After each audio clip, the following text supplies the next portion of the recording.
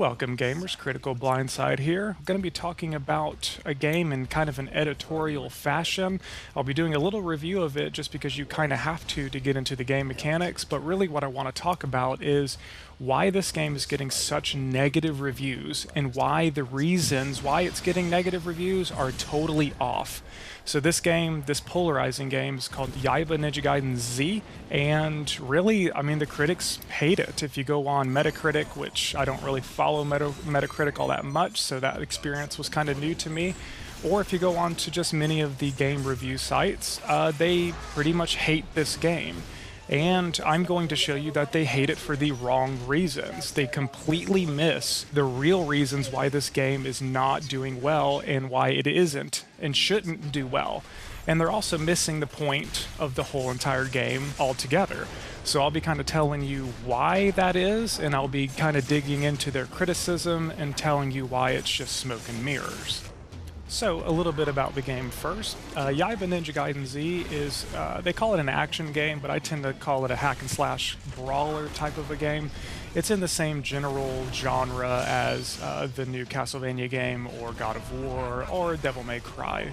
So if you're familiar with those kind of games, you'll be right at home with this one. The art style and the art aesthetic of the game is kind of similar to Borderlands, where it has that vector drawn feel to it. And as far as my personal opinion on the look of the game, I think it looks very good. It has some nice colors to it, it has some very cool particle effects, really nice weapon effects, and everything just kind of looks nice. It has that dark, gritty kind of a look to it, but it doesn't shy away or doesn't, it's not afraid to use colors, especially bright purples and greens and pinks to it to kind of enhance the overall experience of the art style. And I like that it does this. I like that it kind of wants to do a darker tone to it, where Yaiba kind of is like a badass and he uses foul language, and you have this stupid, dumb, slutty assistant, and it has this darker kind of adult tone to it, but it has a lot of whimsical and kind of fairy tale-like dream sequences in the game with the colors. So I enjoy this. I like a game that does it, to where it does things like that, to where they're not afraid to step out of a little pocket of a aesthetic that they've established and go do something kind of crazy.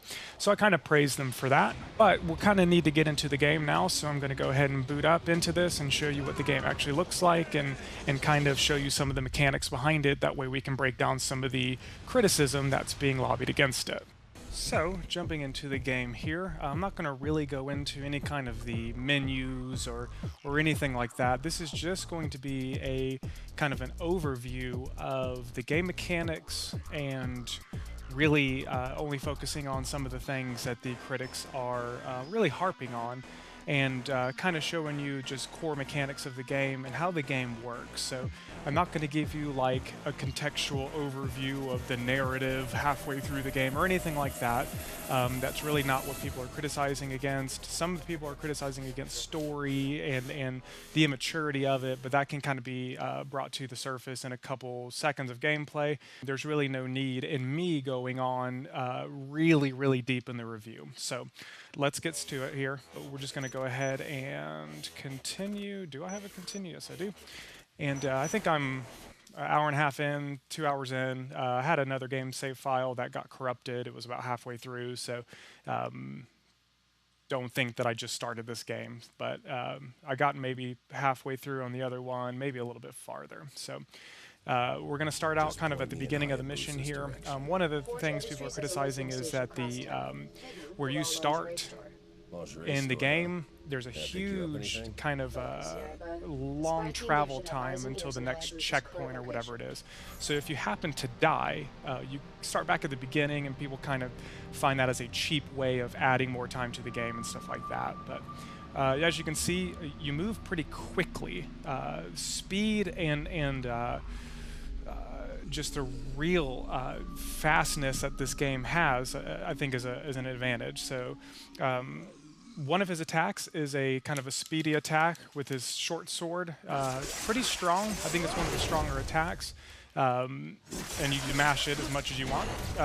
Then another attack here is it's kind of the his big robot arm. As you can see, he has this robot arm here, and you can hold it down, charge it, and do a rocket arm punch. I mean, I'm not kidding. You can hold it down, boom, and just totally annihilate people.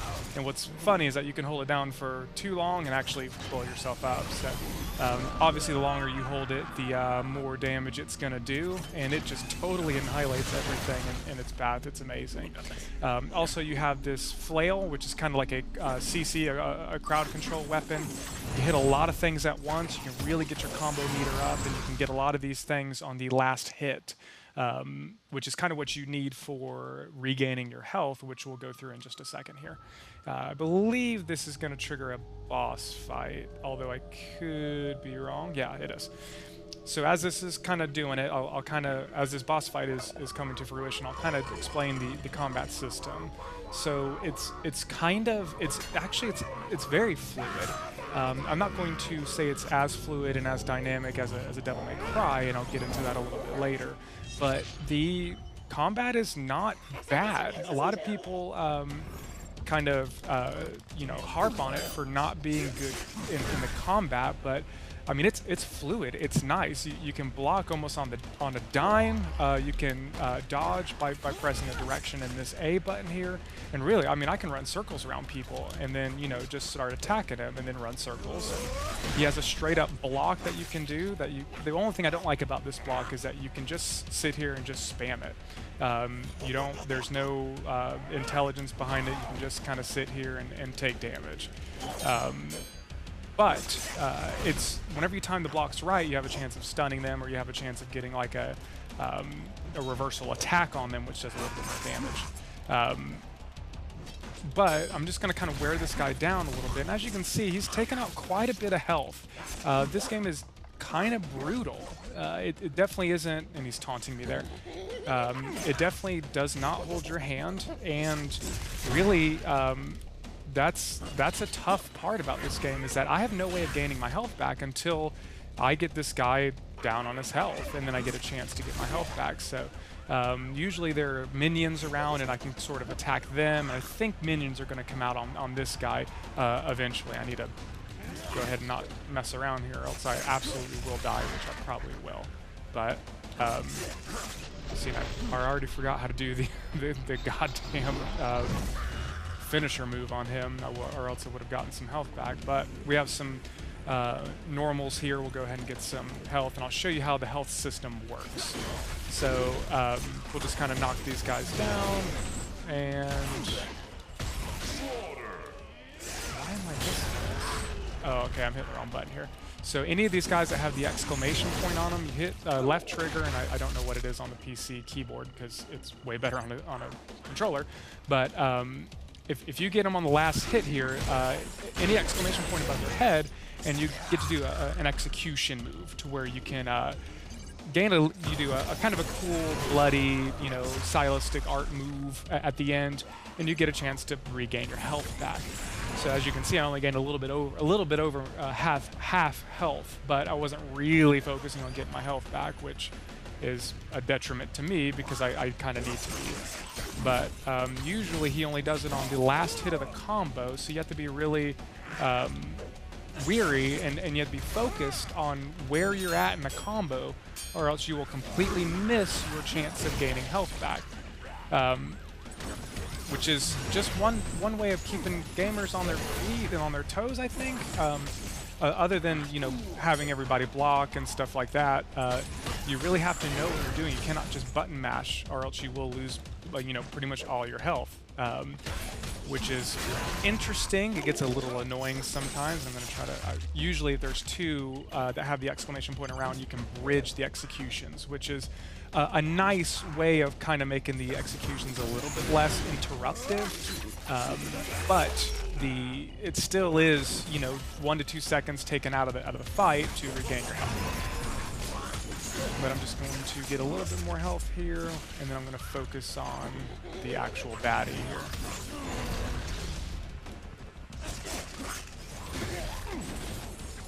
Stabby, stabby, rippy, rippy. And I'll get that guy, and hopefully I can finish this guy off soon, and then we can get on to the kind of the final game mechanic that I want to show. Why is he taunting me so much? The guy's an asshole. Oh boy. And you see how quickly it is that you lose health, and you will die in this game very, very quickly. It's a it's different than most brawlers. And here's the boss finisher, and I hope I do this correct. And I didn't do it correct at all. I don't know how. Oh, great. So this is just great for the demo here. I am absolutely stuck. There we go. So let me try to get my health back a little bit here. Oh boy. And I am so about to die here. And I'm dead. Absolutely. So there you go. Like I said, this game does not hold your hand at all. It's brutal. And it's going to start me back out where I was. But thankfully, this is a kind of a generous checkpoint system to where it started me off right at where the boss was. So as you can see, I've put in some time and I still died, although it is a little bit harder to talk and play. But I think you get the gist of the combat system. So you have a kind of a light heavy attack here, and then you have your rocket arm, which does tremendous amounts of damage, and then you have your flail, which does kind of AoE.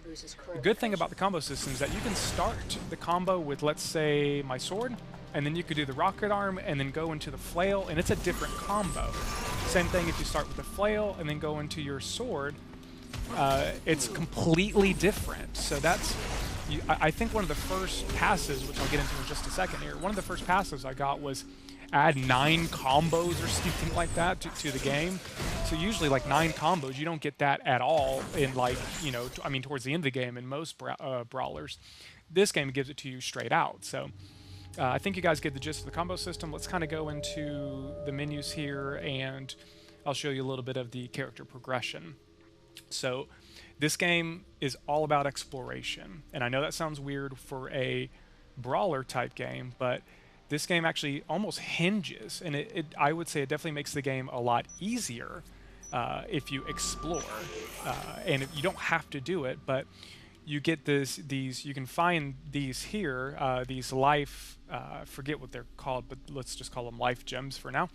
The more that you find these throughout the level, the more you find, the more of a health bar you have. So if you don't find any of these, yes, the game is going to seem harder. Yes, the game is going to be, in your eyes, unfair. The same thing with these resists.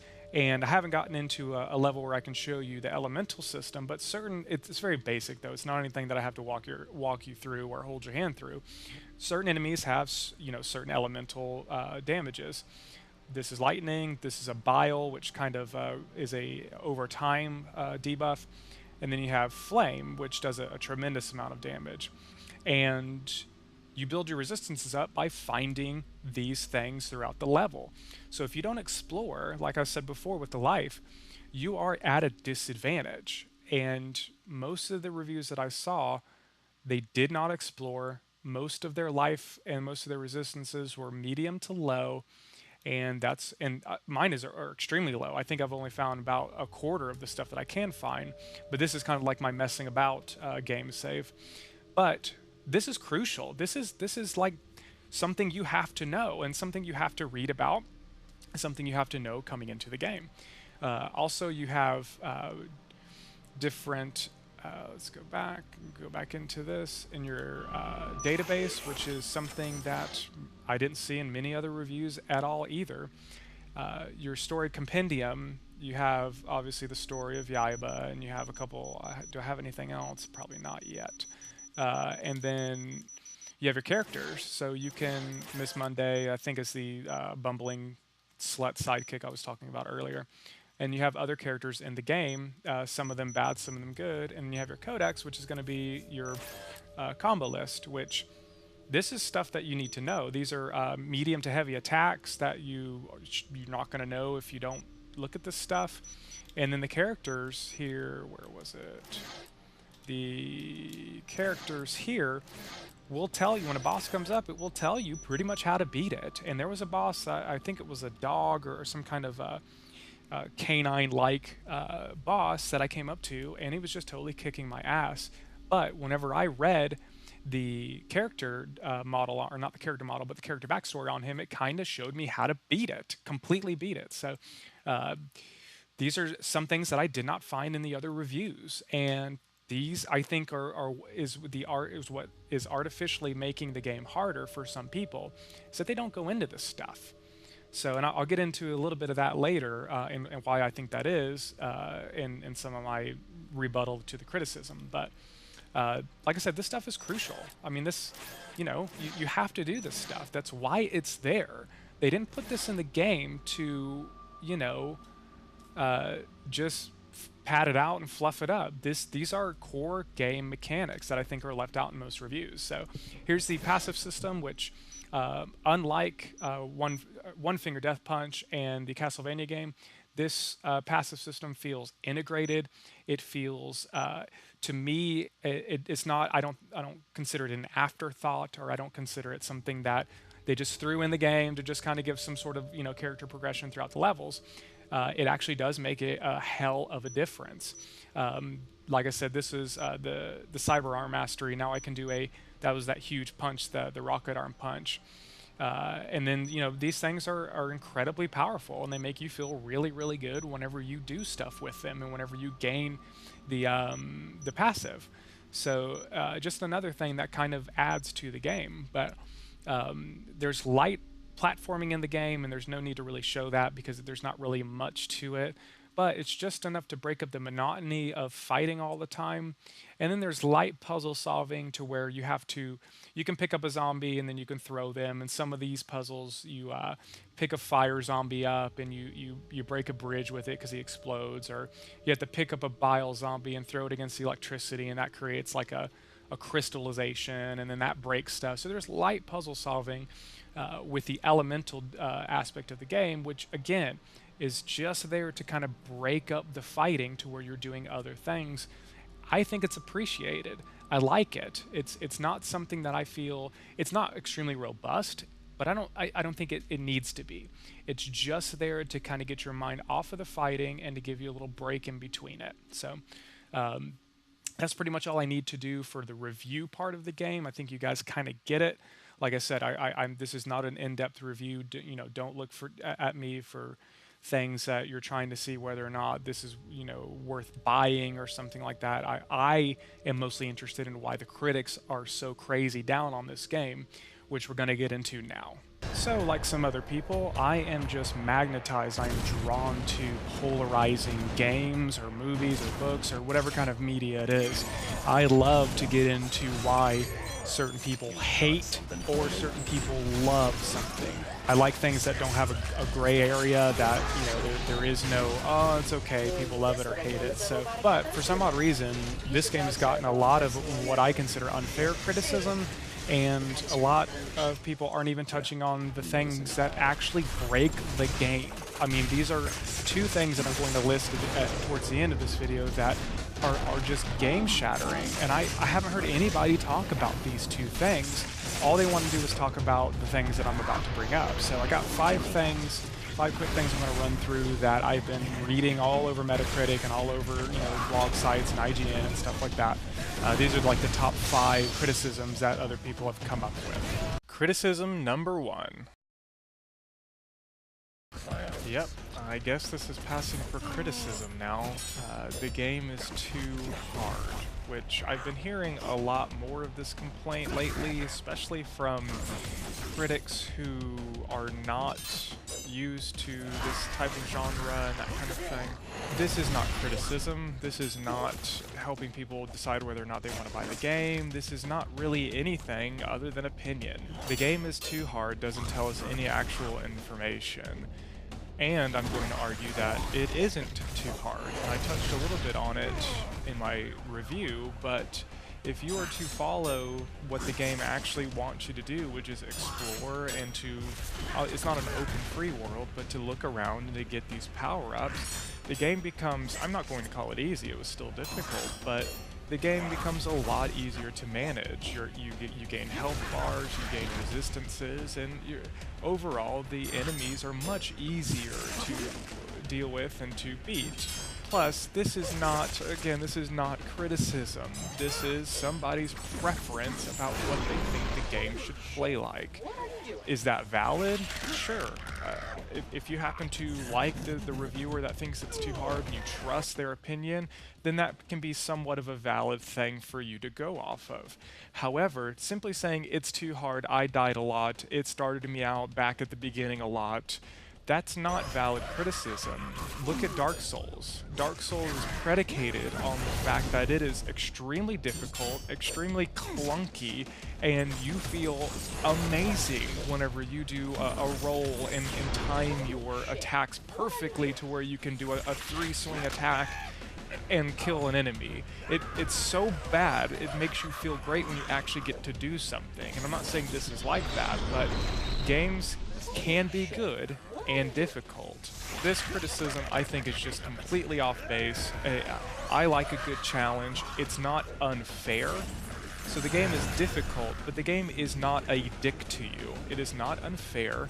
It doesn't make you feel like you got gypped or cheated. It doesn't throw something in your way just to kind of laugh at you as you struggle to beat it. It doesn't do any of that stuff. It's a very fair, challenging game, and I think that is all you can ask for. And if you're not doing well, if you keep dying, and if you keep losing your health, and if you're not progressing, it's not the game's fault. It is 100% the player. It wants you to get better. It wants you to do well. And it's going to punish you if you're slacking off, or if you're not learning how to dodge properly, or if you're not blocking. In the beginning of the game, yes, you can get away with this kind of stuff, but towards the end of the game, especially during bosses and mini-bosses, if you're not blocking and dodging correctly, you are going to die. And that's just simply because it wants you to be defensive as well as offensive, and I think any good brawler does that. So, moving on, this is just not criticism at all, and if you do take it as criticism, it's just wrong. So, moving on. Criticism number 2. If you look at any kind of reviews about this game, anybody who's played it on the console will tell you about the abysmal camera. I can't tell you anything about it. I played on the PC. There is an option in there for a wide-angle lens on your camera options. That camera was fine.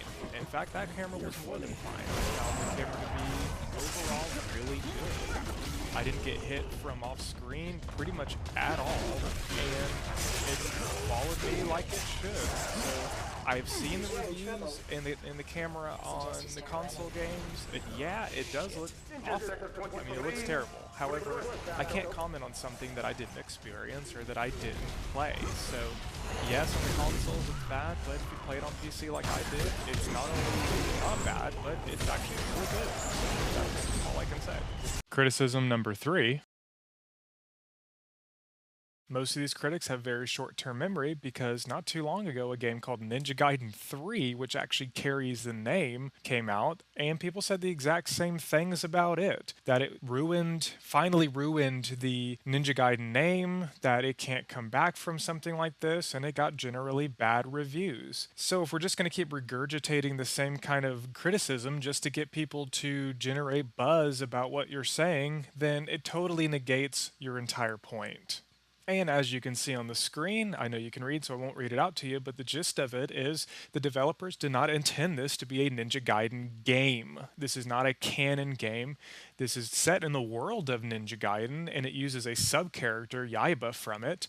But this is not connected to the other games. There's no continuation of the story or the plots or anything like that. This is its own game that's set in, not even in the universe. It's just taking characters from the game and giving them their own kind of catalyst or their own kind of vehicle for a game. That's it. It's pretty much merely inspiration. So I'm just concerned that you can't ruin a game series just by association. I mean, the game's not that bad that it can ruin the Ninja Gaiden name just from using a character in it. That just doesn't make any sense to me, and I don't get why this is being said about it unless you're just trying to sensationalize it and generate some sort of buzz or traffic for your site. I mean, that's really the only thing I can see why you would do or say something like this. And again, this is not even really criticism. This is just bitching about why you don't like the game, and that's really it. So there's really not much more to say on this topic, so we'll move on to the next one. Criticism number 4. So I can kind of see where somebody would say this about the game. This, again, is completely subjective, and it's up to your opinion, but if you are not a fan of B movies or the 80s or early 90s B movie action flicks where everything is a cliche, everything is a poorly written joke, and it's a good bad, then you're not going to like the dialogue or the story of this game. It's a lot like that. So you get a lot of jokes that are very tongue-in-cheek, you get a lot of sexualized jokes, and you get a lot of kind of over-the-top, super gore, blood fest. Almost kind of reminds me a little bit of like a Kill Bill, where it's just overly stylized and it's overly gratuitous, but it does it, I think, self-awarely to where it knows it's doing it. It's not doing it to try to be cool, it's doing it as a mock or making fun of other things in the genre that do take that seriously. So I think this is a self-aware bad, self-aware B-movie bad, to where it's like Troll 2 or other movies of the like, to where you watch them because it's bad and they're beautiful and they're great and they're everything that you want them to be because they're bad and because they're kind of self-aware. So I've cut up some of the dialogue and I've cut up some of the cut scenes, and I'll let it play for you. You make up your own mind. Do you agree with me that it's self-aware and that it knows that it's being bad and that it's just good B-movie schlock? Or do you agree with the other critics to where they think it's just poorly written crap jokes that they didn't put any time and effort into? You've done well, but it's all for nothing. Fuck yeah!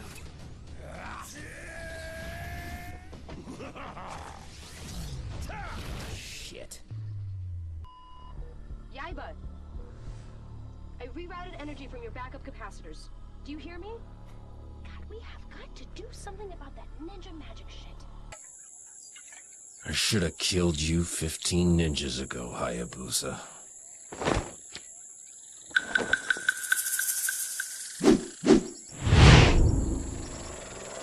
Let's make up for lost time. Nice gimp suit, Hayabusa. Where's your ball gag?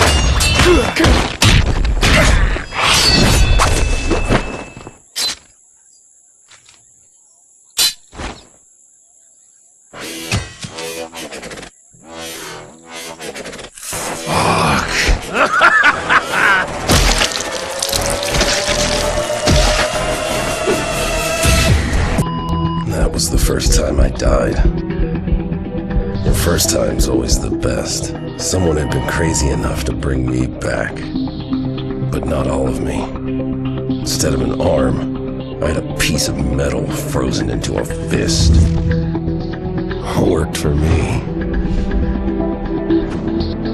I escaped from one hell and into another. The Russian military had turned its guns on its own population. Total bloodbath. Not a bad place for a comeback. I was a little off my game from being dead, but luckily, I wasn't the only one. And criticism number 5. This is such an obvious attempt to generate traffic to your website or to your blog that it doesn't even really warrant any kind of response whatsoever. The only thing I really have to say is that Rambo came out this year. You think I am stupid? You think we don't know about the rescue mission?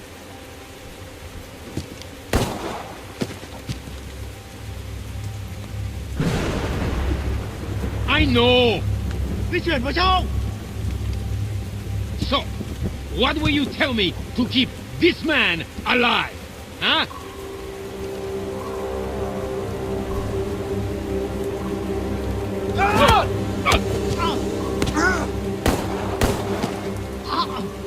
Until only he and Staff Sergeant Delmore Barry. And let's get into the reasons why this game isn't doing as good as it could do. Here's my actual criticism of this game, starting with...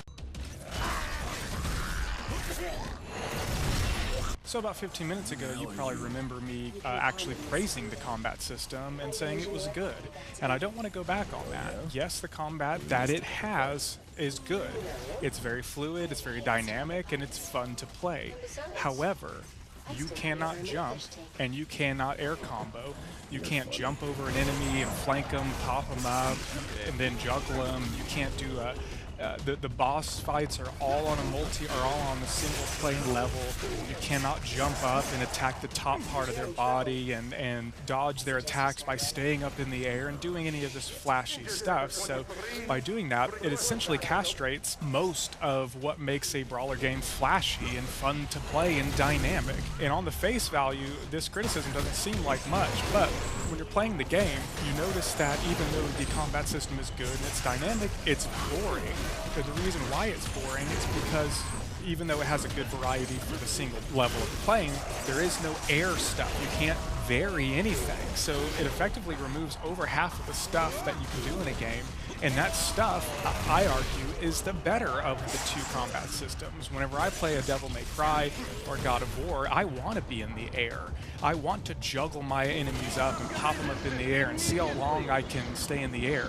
I find myself a lot of times when I'm playing Devil May Cry, even though the enemy is far dead, I still keep doing the combo because I like being up in the air. It looks nice. So there's also a kind of a rule in cinema that says show don't tell. So I'm just going to split screen a good combo that I've done in Devil May Cry air combo and a good combo that I've done in Yaiba, and you can just see that the Yaiba looks boring. It doesn't look dynamic. I mean, the combat is good, but it just doesn't look as good as it could be. And I think this completely ruins the game, as well as the other thing I'm about to bring up in a second here. And I'm just going to show you why.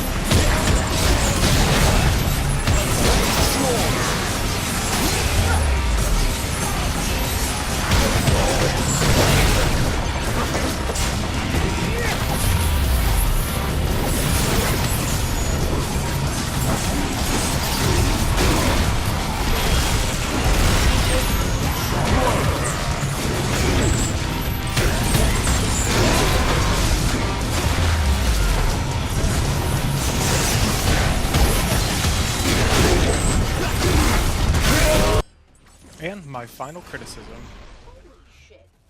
And this probably is the final nail on the coffin for this game for me, and it is the reason why I am not playing this game and I don't really feel like playing it at all. The health regeneration mechanic I touched on slightly in the review, but I just kind of explain how it works and what it does. How it works and what it does is fine. In fact, we've come to kind of expect this in modern games, especially modern brawler games. The health regeneration mechanic pretty much in every major game genre is not that great. So let's take Call of Duty for instance. You hunker down, you regain your health. Obviously this isn't realistic. I don't think that's what they're going for. Other games like Halo, you have a strong shield, and when that shield gets knocked away, then you really have a chance of dying. So Bioshock Infinite did something similar with upgrade systems and that kind of thing. But pretty much every genre, like I said, has a problem with generating health or making it to where the player doesn't die after one hit unless they want to do that. In the old days, there were health packs, which I like. I like the whole health pack thing. It's, you know, retro old school, and it kind of touches a chord with me. In brawler games, they seem to try to tie it into the combat mechanics, which is fine. A lot of games do this, and I'm okay with it. A lot of games do like an orb system, to where as you kill, you get orbs. Those orbs kind of, God of War did this, those orbs heal you. This one does execution moves. saves. So whenever an enemy is on the screen and you, at the end of your combo, and whenever they are sufficiently dead, you can press a button and it performs a cool stylistic execution mechanic, and you gain a little tiny bit of health back. So Castlevania did this, and I didn't seem to mind it as much as I did this. However, I don't think it's the actual mechanic that is the problem. It's the way they implemented it within the game. So the problem is that this game is hard, and that's not per se the actual problem, but whenever you tie it in with this mechanic, it is. So the problem, the game is difficult. So gamers are going to want to keep their health at maximum, just in case they come up to a boss fight or something like that. They don't want to backtrack in their save tree. They want to keep playing, so they're going to want to make sure that their health is at 100%. So they're going to be constantly executing people. And just, I mean, for one, it breaks up the combat and it makes it very choppy. For about 1 or 2 seconds, every 5 or 6 seconds, you're having to stop and watch this, you know, mechanic or this cutscene go by, which they're cool and they're nice, but after the 100th time you've seen that cutscene, you're really only doing it for the health. You're not doing it because it's cool anymore. So that loses its flair. Then the next problem is that whenever you get a big boss fight, whenever you get two mini bosses on the screen, and they're chopping down at your health, there's no zombies around. There's no little, you know, peon characters to get your health back. And I know they like to break the fight up in multiple sections to where you do have a chance at that, but if you don't get your health at 100% at all times, you have a chance of coming into a mini boss fight to where you're going to die multiple times, just simply because there's no way to regenerate your health. And I know I said before, you just need to get better at the game or whatever it is, but for newer players and for players who aren't exactly into this genre, it would just be nicer if they changed the mechanic to where maybe you can get a little bit of health if you perform, you know, a certain amount of combo on a big boss, or if you block a certain times in a row, or if you block perfectly. There should be a mechanic in the game to where you're allowed to regain health from unique characters like bosses or something like that in a different way than you do with hordes of the crowd. Either that, or maybe make it have multiple, not an execution, but multiple cutscenes within that boss fight to where you can regain your health. So I just found myself getting extremely frustrated at this, and I felt that this is the main thing that just took me completely out of the game and just made me throw my controller away and not play this game anymore, because I felt that this tiny little thing, if it was changed, they could just do so much with it, and they didn't, which I don't think that's laziness. I think they thought that was adequate and that kind of thing. If the game was a little easier, this mechanic may work, maybe, but it just doesn't work with how difficult the game is. So again, yeah, you can make a case for getting better and that kind of thing, but I'm a married man with a kid who works over 40 hours a week, and I sometimes work at home whenever I'm at home. So I don't have time to, you know, come in and deeply hone my, you know, mechanics in my gameplay ability. I don't have time to do that. So I find myself not playing this game because I feel that this one part of the game is unfair, and it doesn't work for me. And I think that this part of the actual game just breaks it, and it makes it to where I don't want to play. So I'd love to hear your guys' opinion on this. Am I completely wrong? Do you agree with the critics? Do you disagree with all of it and think that this game is awesome? I'd love to hear it, and I'd love to kind of engage in different opinions and that kind of thing. So feel free to comment, and feel free to share this video and to like it and do all that other good stuff, and check out my other videos. I'd be really honored if you did that. But for now, this is Blind Side Out, and I'll see you guys on the next show.